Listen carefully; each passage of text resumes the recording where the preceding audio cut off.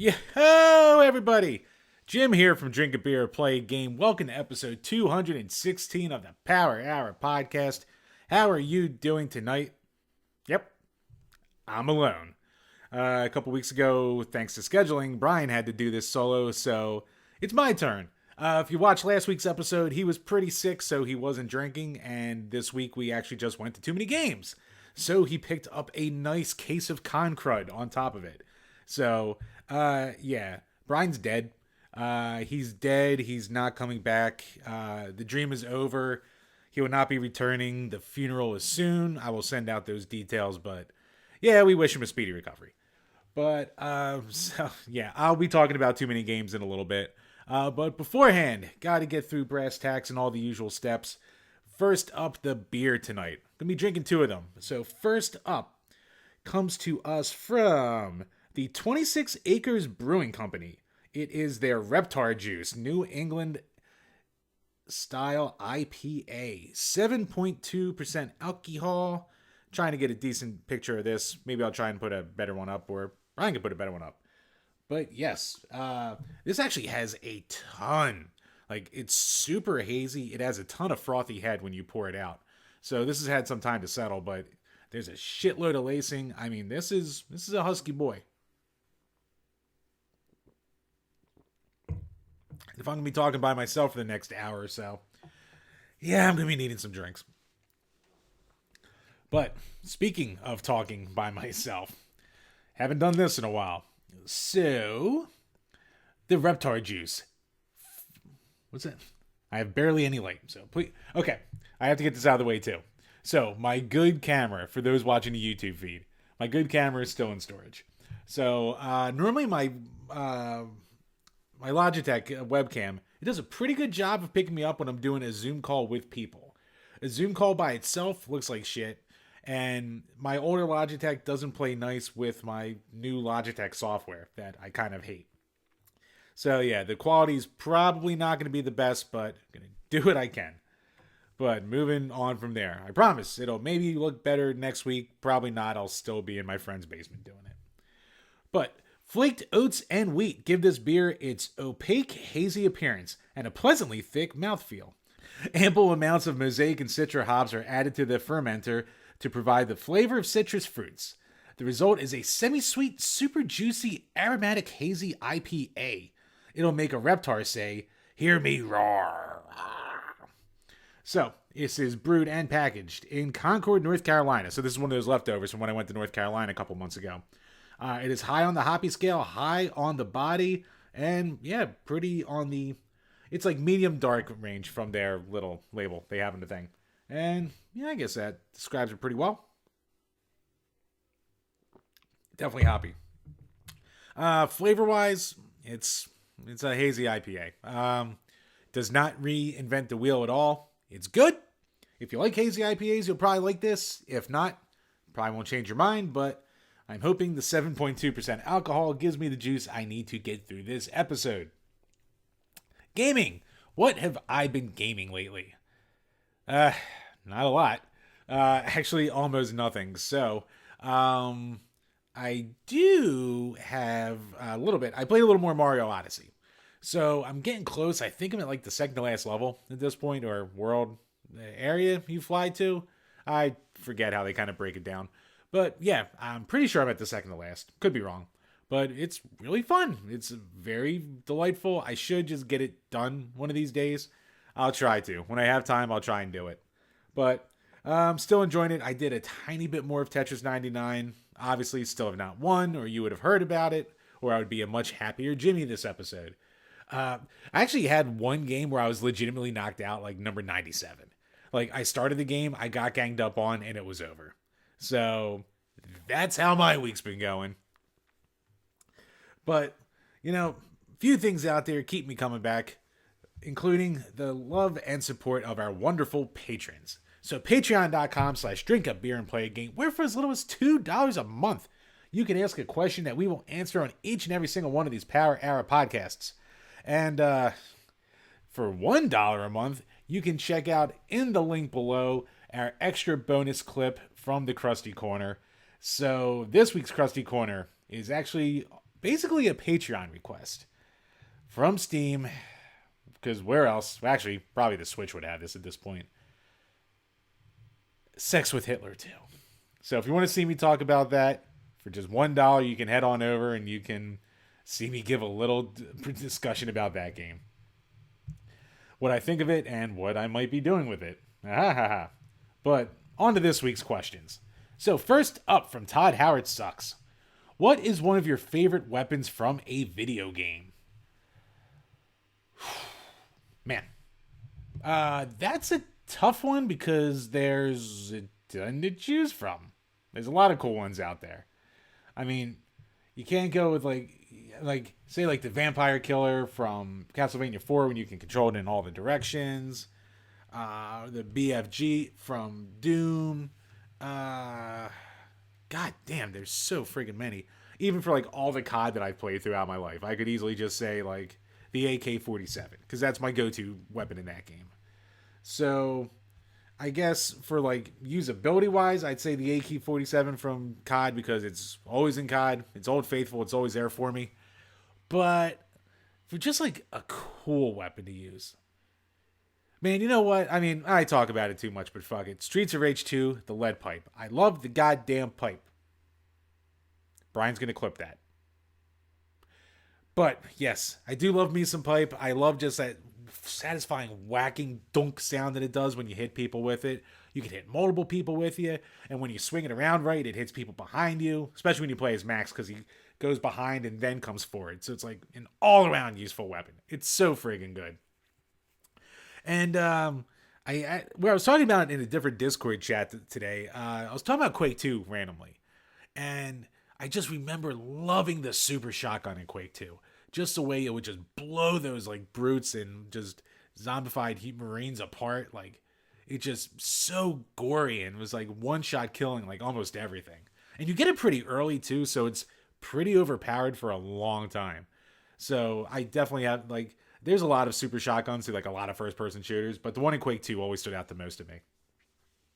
But no, good question. Next up from Travis Lee. What is the best clam in a video game? Now, do I talk about my hentai games? Or do I just... In fact, I'll make it harder on myself. I'll go legitimate. Shit. I was going to say the boss from the submarine level in Star Fox 64. But is that a clam or more of an oyster? Shit. Yeah, I think that's more of an oyster, isn't it? Damn, what the hell's my favorite clam in a video game then? I don't know. You know what? I'm just going to say screw it, and I'm going to say the Star Fox 64 villain is a clam. You can all yell at me later, but that's the closest thing that I can think of right now. Do I know of any other clams off the top of my head? Because, like, I'm sure there's clams in other video games, but, like, it always seems like they might be oysters because they always have, like, you know, a surprise in them when you open them up. Like, in Mario 64 and, like, again, Star Fox, when you blow them up, I think they're oysters, aren't they? Or maybe they're drawn like clams. God damn it. Because, you know, like, clams in video games are always cool, especially the ones that, like, always give you a power-up or, like, the red coins or... it always kind of rewards you for going through the trouble of, like, blasting away at them to open them up. So, yeah, I'll say any one of those. I'm sure there's, like, some clam boss from a video game that I'm totally forgetting about right now, but... Okay. Why am I thinking so much about clam? Well, actual clam. Next up from Burn Retinas. How long before Sony and Microsoft finally decommissioned the servers on the PlayStation 3 and Xbox 360? I kinda shocked they haven't done it yet. I mean, credit where it's due, they still have them up, especially Microsoft. Like, I know a lot of games have been delisted or shut down their own personal servers, but man, the 360 they're still keeping alive. I guess I would have to imagine that the networks for what controls all the different Xbox Lives at this point aren't that different. Like, I think the one in the series are probably run very similarly. So I'm going to assume that this 360's days are numbered because that's been going for like, what, 14, 15 years now? Like something crazy, maybe 18? Because I know the system came out in 2005. So that's actually insane for how long they've been keeping that going. do they go the even 20? Do they do like the 20th anniversary of like Xbox Live on the 360, which was, arguably their biggest success as a console, and then make that the swan song? I don't know. But I didn't it have its like final I didn't have its final like actual firmware update like about a year ago. Like it was like a surprise drop and everyone's like, "Holy crap, an update for my 360." But yeah. I could maybe see them doing something goofy and trying to get themselves a win and saying 20 years of Xbox Live on the 360, and then they shut it down. So maybe 2025. PlayStation, I'm actually shocked hasn't done it already. Because I know like a year or two ago when there's that big scare that they were shutting down the servers and everyone was starting to buy up the games and the prices for their games exploded. So maybe that pushback delayed it a little bit, but I would expect PlayStation to shut down their PS3 servers way before Xbox does at this point. So, of course, knowing me, there'll be a news story tomorrow that Xbox is shutting down the 360. So, rest in peace there. It's as dead as Brian. But, yeah, I'll give it a little bit more time, but definitely say Sony will probably shut down first. And that will wrap up the Patreon questions for this week. So, once again, thank you to everyone out there for the support. We actually really do appreciate it. I know Brian's working on Body Harvest for that Patreon review video, and we'll be getting around to doing another bonus episode pretty soon. Doing one of the Patreon requests that we have for that. So, yeah, once again, like, seriously, cheers, guys, and thank you so much for the support. All right, I'm back, and yes, as I mentioned earlier in the episode, this year we went to TooManyGames, as we have for the past couple years. Until this year, it was the only gaming convention that we went to during the course of a year. It's convenient. It's a half-hour drive away, so there's almost no reason for us to not go ever. But it always turns into a fun time, and we've always been able to make it more fun and memorable with like each successive year. But between Brian being sick and not being able to drink, and with me being broke and moving and doing housework, we weren't able to swing a whole weekend like we normally do. So we just went for a day trip on Saturday, and we were only there for like 8 hours maybe. We got there like around 2:30, 3 o'clock, and I think we left around 11. Like I said, Brian stayed sober the entire time because of all his medication, and I drank like a fish. So the layout was kind of funny because there was only the one main food court. So if you're looking to get some beer, that's the only place you could get it for the first part of the day. And I guess they assumed normal people weren't going to drink through the whole thing like some of us do. And they only had Miller Lite. So you'd be sitting in this half-hour line to get to the front of the food court line to, basically I started double fisting because I didn't want to sit through the lines that often. So even though later in the night I didn't need to double fist, I was just kind of in that mindset, so I was double fisting the entire time I was there. So yes, we get there and we went around the tables, and the pricing on the games this year were just next level. Like, it's been getting worse and worse the past couple of years, but it just seems like a couple tables had some decent prices on stuff, but for the most part, everyone just seemed to be gouging more than normal. Like, some of these prices were insane. Like, poor Brian. He had his heart set at one point on getting the long box of Resident Evil 1. So, Vanilla RE1. And on eBay, it goes for about like $90 complete at this point. And the vendor was selling it for $90. So, we're like, okay, this is a contender. He was so hyped for it. So, he asked the guy for it. He gave it to him. It was missing the manual, and the disc had a crack in the center. So I'm sure if it was complete, with the way prices were, it would have been at least $150 to $200. So he actually wound up not really getting anything game related, if I remember correctly. He might have gotten like one game. He got a lot of art though. He got a lot of horror art from some of the people there. When we first got there, we visited our buddy Square Painter or Adam from Rex Viper. And, we always go and say hi. Brian actually bought a piece of art from him, which was Luigi and Mario, 8-bit style, because his son is super into Mario right now. So that was very cool. Yeah, so we talked to him and Nina, and, it's always good to see them. And he actually had to leave early because Rex Viper was, like, really hardcore about like sound check this time, because unfortunately for them, like they had their, I think it was last year when they had their first big set at TooManyGames, and the sound quality was kind of off. Like they definitely had a ton of equipment issues, and a lot of people were just like, "Oh, these guys suck. The nerd is just playing up his fame for this crappy band." And like I have played a ton of shows, and I've played a ton of shows where your equipment just does not cooperate, and it sucks, and it's torture, and there's nothing you can do, and it makes it even worse when it's like their big first show, so everyone's excited about it. So like I'll get to their performance later. So like they made sure like 3 hours before, sound check all the equipment, do all that crap, one last rehearsal. And also got to give them credit too, because they only practice for a week. They only like all fly in together. They're singers from the United Kingdom, so he's got to like plan like crazy ahead beforehand to get over here. So yeah, they only have a week to get all their like blended songs together. So while they were doing that, we went around to other people on the floor. We met up with Rob, Quick Paul on Twitter, and we went to our favorite arcade that we did once we saw it at MagFest, Ice Cold Beer. And we couldn't play it this time because it was taken up by a tournament that was going on. So Rob was part of that tournament. He was doing the professionals bracket. So this guy, I wish he was like a surgeon. He has the steadiest hands I've ever seen in my life. And after like the first like one or two like ones he got in like super easy, like you could just tell he was in the zone and feeling it. He was pointing at the next one. He was doing little spins. He was putting on a performance. And each person who went had to do it twice. And they basically, I forget if it was your best score that counted or if they just combined your scores to see who won.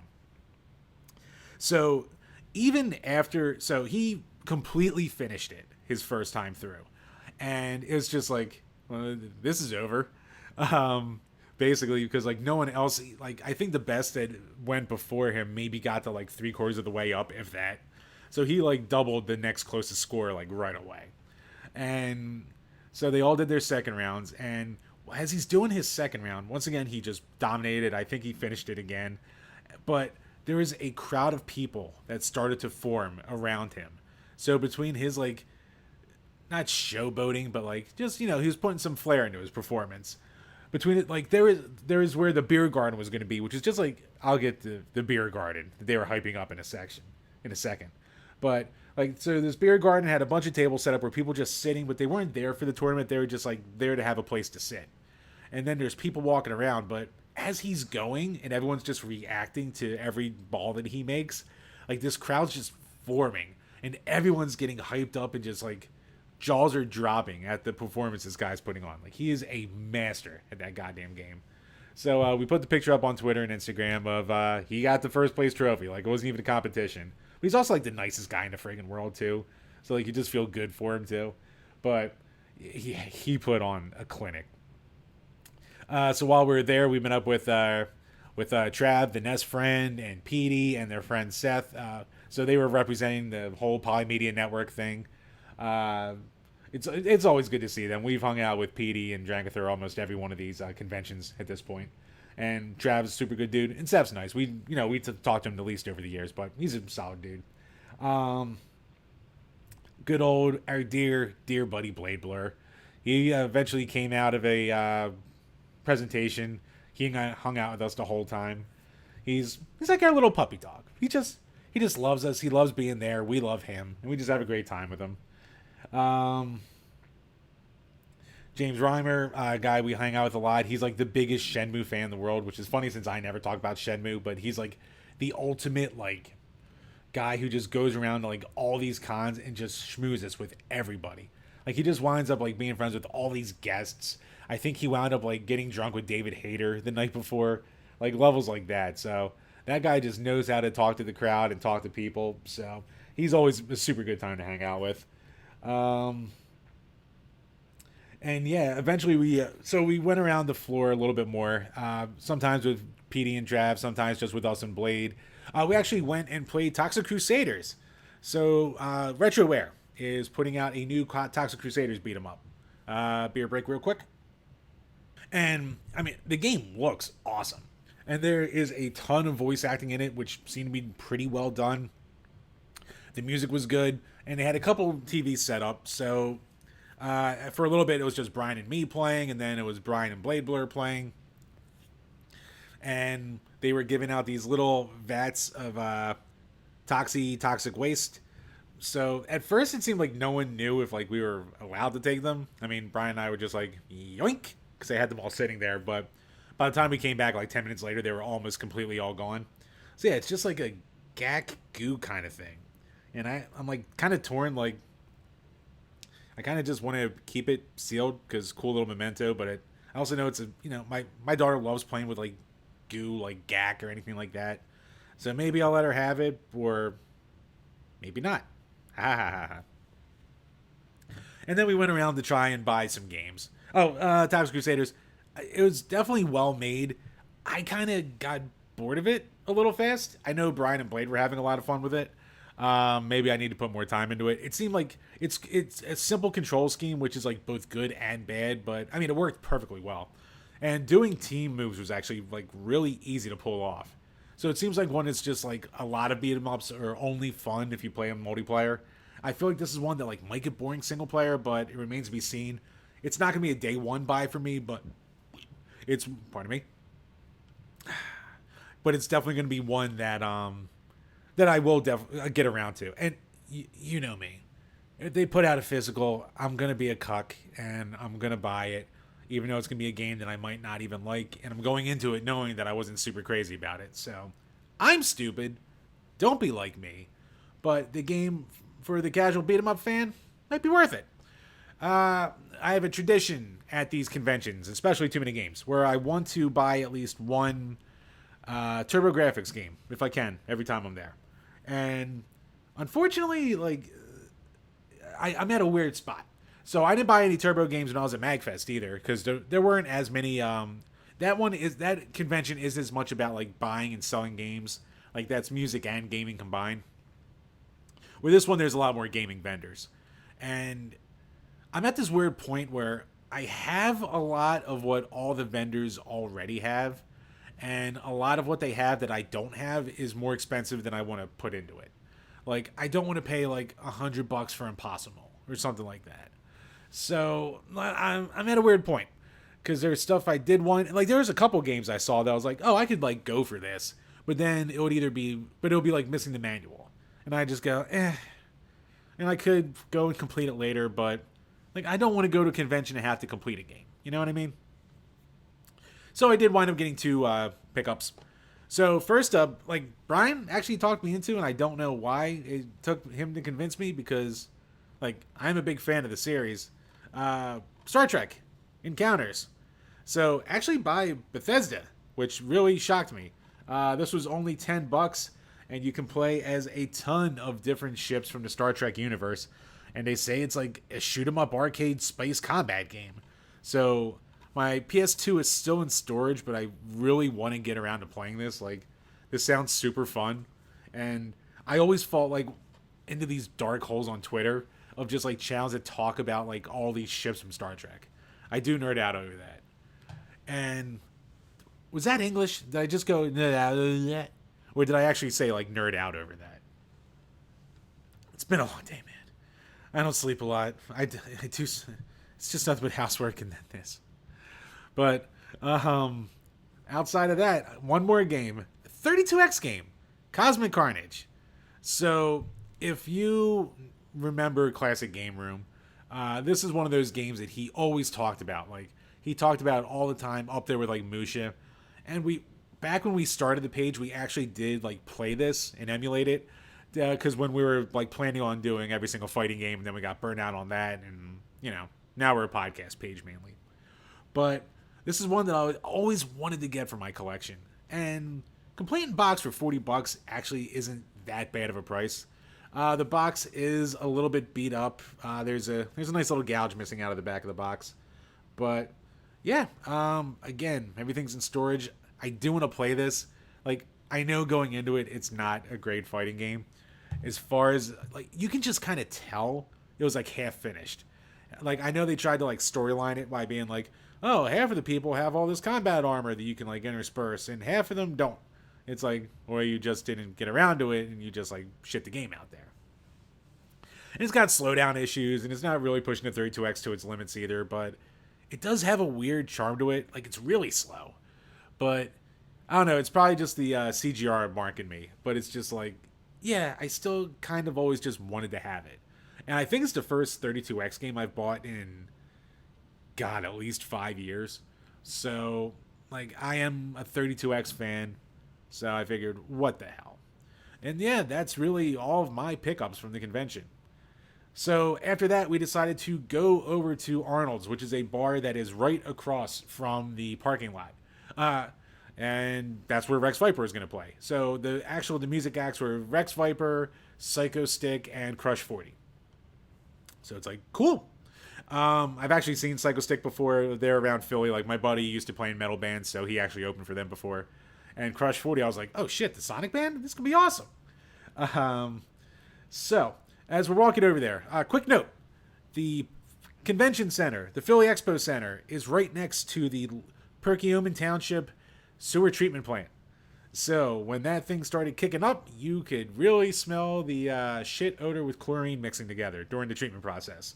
So, that was delightful for a lot of people who are not used to it. That's just a fun little aside. Be on the lookout for that if you ever come to TooManyGames. But yeah, so we get over there, and there was like a long ass line that was starting to form already for like the show. So it's basically like the stage is next to a bowling alley, and it's not the biggest spot in the world.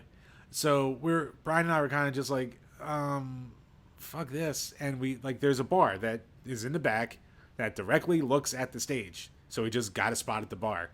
And funny enough, we were sitting there for like a good 10 minutes before we realized that Trav and Michelle were right next to us the entire time. It was like that scene in Anchorman where like Ron Burgundy looks over and he's like, have you guys been here the whole time? And they're like, yeah, we've literally been here the entire time. So we were just like, oopsies. But yeah, we were there. Blade Blur met up with us eventually. Oh, before that, we met up with our buddies from Reliving Retro, the podcast, Ridgeny and Yizer, and man, Ridgeny was just he was wheeling and dealing. Like he's on his podcast, he's running this series right now where he's like building a Super NES collection from scratch. So he was trading in a lot of stuff that he already had and just spending some bank in general. And he got a ton of heavy hitters. He got like Wild Guns and Earthbound and Chrono Trigger and a whole bunch of other games. So, I mean, I know he did a lot of trading to go towards that, but he still spent bank while he was there. I don't know if Yizer actually bought any games, to be honest with you. And Ridgeny's brother was also there. He was a nice guy. So yeah, while we're there, we're talking to them. We're talking to Petey and Trav and Seth. Eventually, we see my buddy Matthias Thatcher, the pro wrestler. He does the cosplay pro wrestling that happens there every year. Always a good time seeing him. I was pretty much half in the bag by the time I met him, so hopefully I wasn't too drunk and obnoxious, but it's always good seeing him. And we also met up with Dan Greenberg. When Tyrion, I'm terrible with saying like people's ats on Twitter. Like, I'm awful with it. Like, with Blue Williams, when I thought her name was, like, Wistery View, when it was, Writer's View, but with a Y, because, I'm stupid. So, sorry, Dan, I don't know how to say your Twitter at, but, talk to him for a little bit. And then we also finally ran into Scarlet Sprites, Joe from Scarlet Sprites, who we've been wanting to meet up with for, like, a couple conventions now, but it just never worked out. So, there's actually a lot of people we didn't get to see, which kind of sucked, but, the timing doesn't work out with it, but we'll try to do it at other conventions. But we were talking to him for a good chunk of the time. Rex Viper set went off without a hitch. It was actually really good. Like, I know people criticize him a lot, but they put on a really, really solid set. And I remember Psycho Stick being fun, and I don't remember Crush 40 set. So that's when the booze took over completely. So I don't know how obnoxious I was being at that point because it's me. But yeah, we might have actually left before them. I couldn't tell you. I'm pretty sure they played, but I don't remember. So, yeah, at that point, we left around 11:30ish, got home, had some Wawa and passed out, and I was hungover as shit the next day. Wasn't the worst hangover I've ever had in a convention, and at least I was like in a home bed where I could fight it off, and it wasn't in like a hotel room sharing with Brian trying to fight it off, like it was at Magfest. So there's that at least silver lining there. But yeah, even for only being able to do the one day, like it was super fun.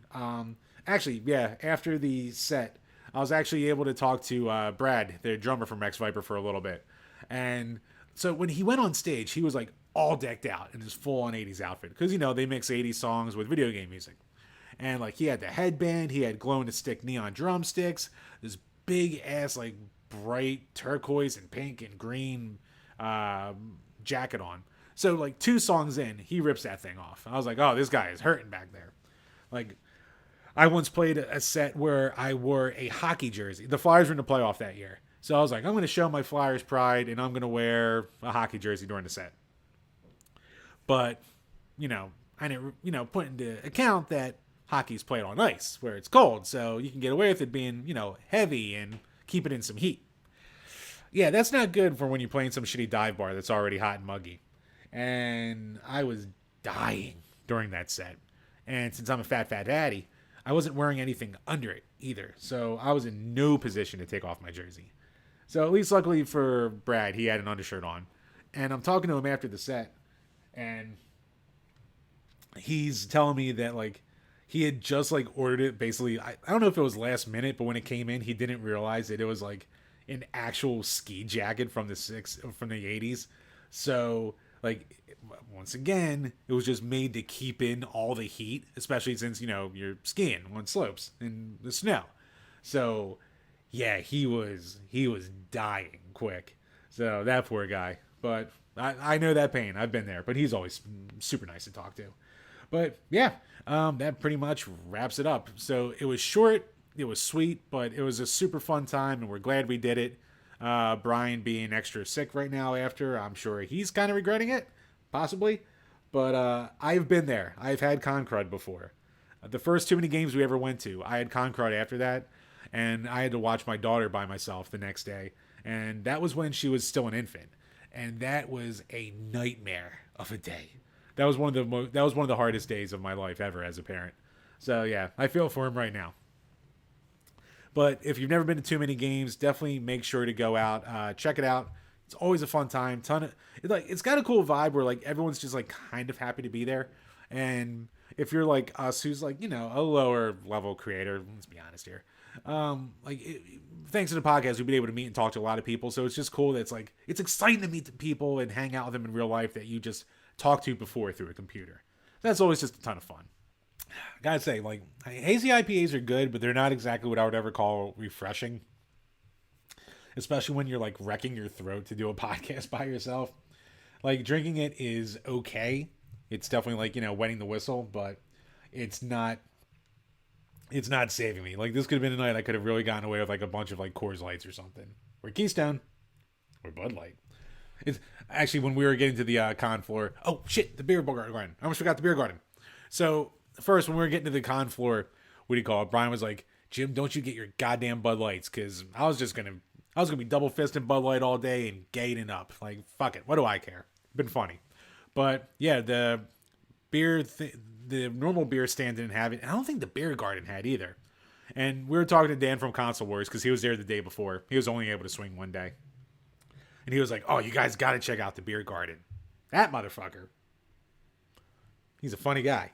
Because this beer garden was bullshit. It was basically one of those stand-up coolers. It wasn't open until like 6 o'clock at night. They wheeled out a bunch of liquor bottles. And the beer selection was like... It was like Pabst, Rolling Rock, Coors Light, Amstel Light, I think. Maybe one craft beer. So I got like a couple Rolling Rocks. But I'm looking at it and I'm like, God damn you, Dan. You really had me hyped up for this beer garden. But yeah, when it just came out, it was like a wet fart. But, I mean, at least there was another spot to buy beer, so there was that. But, yeah, next year, guys, if you're going to, like, hype up a beer garden, make it, like, an actual kind of beer garden thing. And open it up earlier. Like, I know, I guess for, like, liability purposes, maybe you don't want people starting to drink earlier. But you're selling beer anyway, so what's the point in having another spot? What's the harm? That's what I say. But yeah, in summation, The prices sucked, but the people were awesome. Definitely go to Too Many Games if you can. All right, now let's move on to the news for the week. All right, so I'm recording this on the 27th. So we're about, like, I don't know, 4 days away from, like, it's pretty much confirmed at this point. Like, the Titanic sub, it imploded. They're all dead. It's very funny for 4 of the people on board and tragic for 1, for the 19-year-old. So, it is what it is. But one of those weird things that happens during events like this, people go looking for the meme game to play. And there is a game that was on Steam. It was already out there for a long time by the guy who made Dusk. His name is David Szymanski. I probably fucked that up. But, yeah, he has a game called Iron Lung, which he released a while ago. So, obviously, it wasn't, timed along this. I mean, it's been out for years, since before 2014. And he's just like, he put up a chart that just said, and he wrote, "This feels so wrong." So he's got like the sales chart going there, and I don't know if it's in thousands or hundreds or what the scale is, but on the left hand side, it's, going by tens, and it's shown by year. So 14, June of 15, June of 16, all that. And it stayed like mostly consistent the entire time, never really breaking like the 15 mark. And yeah, it shot up to like almost 40. So whatever that unit is there, but that chart just exploded. Because I don't know that much about the game itself, but yeah, basically it's just a game where you're in a little submarine trapped by yourself, and I'm assuming some shit goes wrong. And actually, oh wow, he's a PA boy. I'm gonna have to see if we can talk to this guy sometime. He's just like, yeah, like I'm happy to see like, the sales and all, but it doesn't feel right. And the poor guy, what else did he say about it? All right, so random outlets keep writing articles about me being uncomfortable with the Iron Lung sales spike, and then the replies are filled with this gift, and yeah.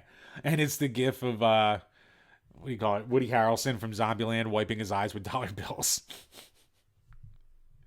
So you know what, man? Good on you. Get those sales. You know what? Fuck it.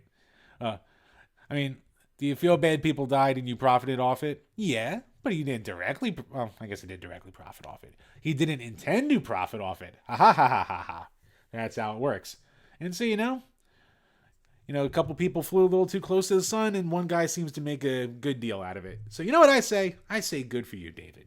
You have nothing to feel bad about. All right. Moving on. This came out of nowhere. Our buddy Kit turned us on to this.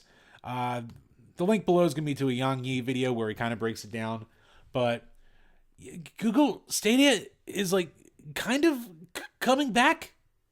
So, as we all know, Google Stadia, colossal failure. Like every way that it was implemented was terrible. Obviously, the worst thing that they did was charging full price on games while being a cloud-only streaming service. And, I famously, when they first announced it, was defending it, saying, if someone has the money to throw at it to make it work, it's going to be Google. And man, how fucking wrong was I? Because January of this year, they shut it down. Now, I mean, at least good on them. They did a lot of refunds to people for the price of the games that they paid or for the equipment that they did. Like, I still have a sealed Founders Pack because of their promotion. If you sign up for YouTube Red or Premium, whatever they fucking call it now, you give you a free set. And I never opened it, never used it. But, so that's going to be one of those gaming oddities that I have forever. But yeah, they still, like, I never used it, but I have friends who did. And everyone I know who used it, they're like, the technology's pretty cool. And by the end, it was working pretty damn well. So it seems like they were really throwing money behind the project to like improve it and make it better. Because I know at first it kind of ran like shit, but eventually they made like a really good thing out of it. So instead of just like completely like throwing away all that hard work, apparently they're now going to be implementing a plan where it's going to be like a YouTube gaming setup. So you can be on YouTube, and I guess you can go to certain videos or just like games themselves and just start streaming them and playing them almost like you would through Stadia. So there's no real details on it yet. There's no details on pricing or how it's going to be going down. But I mean, Google already owns YouTube, which is like the biggest video platform out there, and they already own all this tech for Stadia. To me, if they want to salvage the project, it kind of makes sense. Now, will they do the right thing and learn their lesson from all their fuck ups and trying to implement this? I couldn't tell you. I'm not exactly confident that they will, but I mean, there's a chance. There's always a hope. Maybe someone learned something. Like, you basically just do everything you did before and do the opposite. Like, at this point, like, just do completely different from what you did before. Like, make it, I would say, even fucking treat it like iPhone games if you're just going to have it be streaming only. Like, if it's going to be people who have YouTube accounts but don't pay for YouTube, then throw ads at them. Or if they do have YouTube Premium, then give them a selection of games that they can just stream anytime they want. They'll probably do the shit like they do where you can pay a couple bucks to stream a movie or pay to quote unquote own it on YouTube, like pay $15, which I think is fucking stupid, but I'm sure there's people out there who do it. So yeah, like I would hate that option, but I mean, if you almost make it like kind of like how Amazon Prime, I think it is, or maybe Netflix, they're implementing some games into it, but like a more robust way and using an actual controller, it could be cool. Is it going to work? I'm going to say based on past history, most likely not, but there is a chance. But yeah, I mean, hearing that Google Stadia was being resurrected in some way was completely 100% the last thing that I was expecting to hear. All right. Speaking of things that I was not expecting to hear, this comes to us from IGN. And Microsoft basically admits that Xbox has lost the console wars as it battles for the $69 billion Activision Blizzard buyout. I cannot talk today. So yes, Xbox is in third place behind PlayStation and Nintendo with a sales market share of 16%. Whew. So, I mean, this is just another notch in this Activision Blizzard acquisition that's been going on for all these months now. That's been giving this podcast endless content over the years. And, I mean, part of me kind of hopes it never ends because it always gives us something to talk about at least. But yeah, so they are fighting the Federal Trade Commission in the United States. The way they're fighting the CMA in the UK, they're fighting the FTC over here. And Microsoft is basically saying that they lost the console wars. This feels like a Hail Mary to me. But in a section of a document submitted by Microsoft describes its entry into the gaming industry in 2001 was outsold by both Sony and Nintendo by a significant margin. And it hasn't stopped losing the console wars ever since. So they are consistently ranked third of three behind PlayStation and Nintendo. And in 2021, they had a share of 16%. So apparently the shares of Nintendo and PlayStation were redacted. But yeah, the console revenue and share of consoles used by gamers, the install base, is at 21%, while everything else makes up the other 79%. So yeah, that is not looking good. So they go on to argue that as a result, it is betting on a different strategy by generating profit through game sales, rather than console sales and selling its consoles at a loss. Which, I mean, that's fancy speak for consoles, but every one of these people sells their consoles at a loss. I don't think Nintendo really does, but I know PlayStation definitely does, and you just got to assume Microsoft does too. Like, everyone kind of lives and dies by the amount of software sales that they have. If you're just, like, the Wii is like an anomaly where it sold 100 million units, but the software sales kind of sucked. Like, you never see stuff like that anymore. But, yeah.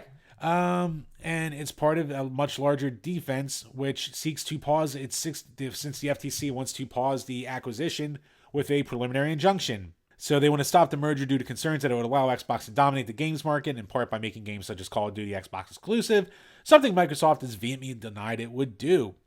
Meanwhile, Microsoft is arguing that its status as third place makes the merger necessary to cement itself as a viable competitor with its rivals. So this is kind of going off what we've been saying since day one. And it's funny that even in the earliest of projections of like doing this acquisition, it still would have only made it like the third largest video game publisher in the world. Either publisher or developer, I forget what. It was going to be behind Tencent and something else. I forgot what the other one was. So, like, it's still not like they were like the end-all be-all. It was just like a thing that they really need to give them a leg up on the competition. Because God knows, they don't know how to do it in-house. The jury is going to still be out on Starfield. I know a lot of people are pissed that that's only going to be at 30 frames per second, which to me it's insane that they don't like offer like I think their strategy is like they're really banking on like having it show off like the graphical capabilities of the Series X and PCs. So it's locked at 30 frames, which I don't care about. I know there's a ton of gamers out there who say 30 is unplayable, to which I say, shut the fuck up. I grew up in the goddamn 5th gen. I know something about frame rates, and games are still playable with bad frame rates. Like, variable frame rates are way more annoying, but like, a steady bad frame rate isn't the worst thing in the world. You will get accustomed to it. And 30 isn't unplayable, you friggin' babies. God, you spoiled ass babies. I fucking hate Zoomers. And I'm also old and bitter. But yeah, anyway. So yeah, it's just weird to me that they don't offer like a lower resolution option that runs at 60 frames. To me, that's crazy. So they're really banking on like, pushing out these graphics with this game. And with the scope of it, like Microsoft needs a win. So, I mean, Redfall was such a disaster for them that, yeah, I mean, they can't make games in-house that people want. So, they buy these things and they buy these companies, and I think this is Starfield Bethesda? Like, I've looked so little into Starfield that I couldn't even tell you. Let me look it up right now. Yeah, it's Bethesda. So, yeah, I mean, they bought Bethesda. They bought all that back catalog. Like, this is a win Microsoft needs to have that acquisition be worth something to make a system seller for the Xbox brand, which they definitely do not have right now. Like, Halo's in the shits. Forza is what it is. Gears is what it is at this point. Like, who really cares? But they need something that people want to go out and buy a system for. Or at least buy a shitload of games that they can make money off of. So, yeah, I mean, it's probably not the worst strategy in the world to say, hey, we kind of suck and we've always sucked. This merger will only, like, keep us competitive. It could work. It kind of feels like a Hail Mary because who wants to say they suck? Maybe the whole thing with the FTC has been going way worse than they thought, so they have to do something like this. That's what I'm kind of getting from it. But let me know what you guys think. Is this a Hail Mary, or is this just some sweet talk and they have the money to say, we can say what we want, we can say we suck, it doesn't matter, we just want this deal to go through. And like always, do you guys even want this deal to go through? Let me know below. We love hearing from you. Next up comes to us from Eurogamer. This just dropped a couple weeks ago. Alan Wake 2 is digital only because it gives Remedy more time to polish. So a big controversy was basically when Remedy told people that Alan Wake 2 was just going to be digital only. Everyone's like, well, WTF, why? And it's going to be coming out on October 17th, and it has no plans for a physical release on disc at that time.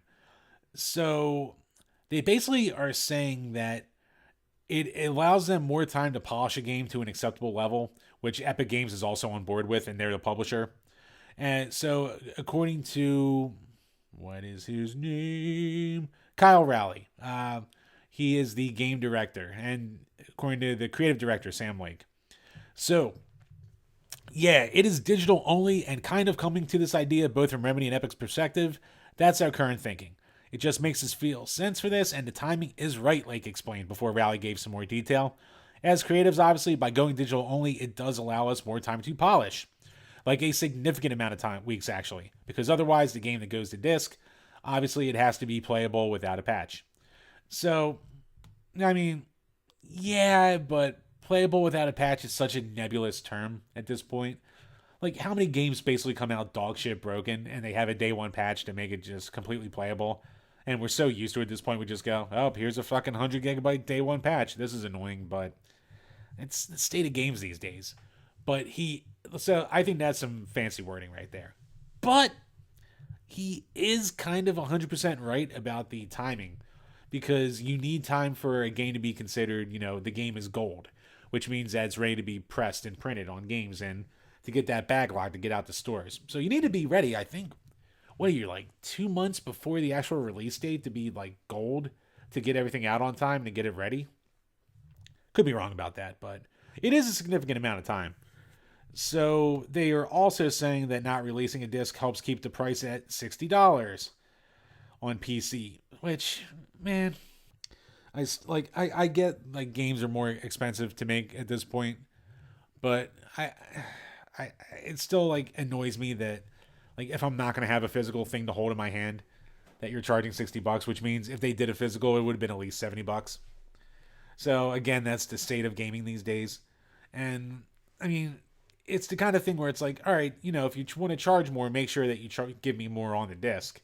But like we all know, a lot of these companies just aren't doing that. They're just saying, well, golly gee shuckers, all these games are more expensive to make, so we got to charge more. So yeah, we're just gonna get raped for the rest of foreseeable future. But they said that they finally did not want to ship a disc product and have it require a download for the game. We do not think that would make a great experience either. Which, again, that's just stupid fancy talk because everyone already does it. It's not a big deal. So, yeah, what do I get from this? I get that the game might not be as ready as they want it to be at this point. So, if they're just, basically saying, yeah, no physical, we want to have all the time that we can to make our deadline for this game. Remedy Studios is probably really banking on this. I don't think even the first Alan Wake was that big of a hit. That was more like a cult hit. But there's a lot of hype behind it. So, this could be one of those make or break situations.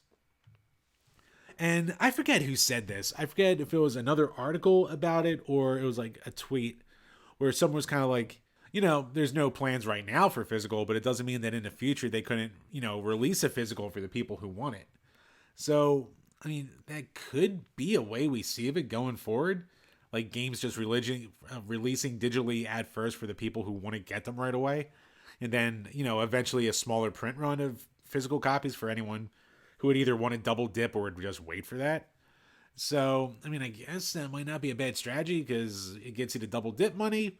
And, you don't have to put as much of an investment into a bunch of copies that might not get ever sold.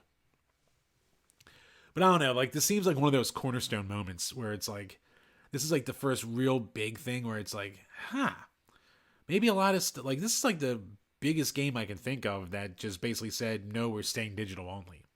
And I know with the exception of Switch, like any physical pressing is just, it's a CD key. And like you almost can't play any games just directly off a disc anymore. They don't have enough space on them. So yeah, like the whole concept of having a physical copy of a game's kind of dead as it is anyway, but it's still kind of nice to have the shelf candy. It's still nice to have something that has some of the game data on it that you can potentially save for whatever. But I don't know. This is giving me weird vibes. It's giving me that kind of feeling of like, this is almost like the beginning of the end. It's obviously going to be a very, very slow process, but if it works out for Alan Wake, just doing it this way, a lot of people are going to follow suit. It's a very copycat industry. And that leads us to our last topic of the night. And lucky for me, this just actually dropped today. So like I said, recording on Tuesday the 27th, the first official trailer for the Five Nights at Freddy's movie just dropped. It's about 2 minutes long, and the link will be below. Like, we're not going to play it here for you, but I'm interested in it. So it's, being made through Blumhouse. And for those of you who don't know, Blumhouse has been like, I'll have to talk to Brian. Once again, I wish he was here for this, but I think Blumhouse might be one of the most like important movie studios when it comes, or at least distributors when it comes to horror movies of like the past decade. Like they have taken so many movies and horror movies and franchises and just like put them out to the masses or made it so that these movies could actually get made. Like I think between like them and probably A24, even though A24 is also known for their like high concept art house movies. Like those are some of the guys who are really keeping horror on the map. Not everything's good from Blumhouse. They put out a lot of crap too. But for the most part, they put out a lot of enjoyable stuff. So this movie it looks interesting. The animatronics look pretty cool. I never played beyond the first one, so I don't know like the deep lore of the series and all the stories and crap like that. I don't know, like the main character, security guard guy. I forget his name. He played PETA in the Hunger Games. He's your security guy who gets hired to just like watch the place at night as the animatronics come alive. There's a cop who talks to him, talking about all these murders and children who went missing. I think he has a daughter. There's a little girl in the trailer too, who wanders her way there and becomes friends with like the Freddy Fazbear apparently. So like, and they go through all these different little set pieces that they cut to. So I'm kind of interested because it seems like they're going way more into it with like these death traps and kind of things like that than just trying to hide from these scary animatronics who can come kill you, unless you lock the doors in time. So they're definitely going to be adding on to that overall lore. I'm a little worried about them potentially overcomplicating it. Still, from first look, it looks like it'll be a fun watch. I don't know offhand if it's getting a wide release. Let me see here. When the night shift starts, watch the trailer. All right, in theaters and streaming on Peacock. Oh man, Peacock fucking sucks. Peacock is like the worst goddamn streaming platform. The WWE network going from its own proprietary service, which was awesome, to Peacock was such a goddamn downgrade. That's the one thing like the Canadians have over us is the fact that,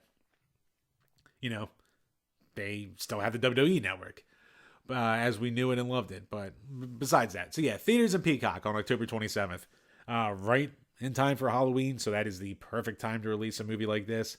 I hope for the love of God, it's only an hour and a half long tops. Like, this does not need to go longer than 90 minutes. Why the fuck is Burt Kreischer's The Machine movie an hour and 52 minutes long? In what goddamn world is that okay? Who said we need an hour and 52 minutes of a Burt Kreischer movie based on a one stand-up bit? But I digress. The trailer itself looks cool. I'm sure we'll be talking about it with Bride next week to get his thoughts on it because, he's the horror guy. God forbid he not tell you that every 10 seconds. But sorry, Bri. Like I said earlier, rest in peace. But yeah, looks like a fun movie. It's definitely one that I do want to go watch. Who knows? Maybe for the page, Brian and I will just take a day and go see it. Do it as a bonus episode because it's right up our alley. And you know what? It looks fun. Definitely cannot bring our kids to it though. But yeah, make sure to check the link out below. Check out the trailer. Let us know what you think. Is this a movie you want to go see? Like I said, it looks interesting. The world of video game movies is in a weird spot. Last week we didn't get around to it, but like there were details that like, of course they're making the Legend of Zelda movie now. I think the people who did Mario movie is going to be doing it. So, I mean, they nailed the Mario movie, but you can't make a Zelda movie that goofy from, if you ask me. And there is like another teaser that came out for the Twisted Metal show, which, I mean, Samoa Joe looks good as Sweet Tooth, but just tonally, I was just like, eh. So I think that's another one coming to Peacock, isn't it? I might be right. I'm probably wrong. But yeah. It's video game media. It's in a different spot right now and might be some of the best quality we've ever seen. So this remains to be seen, but I am cautiously optimistic, as they say.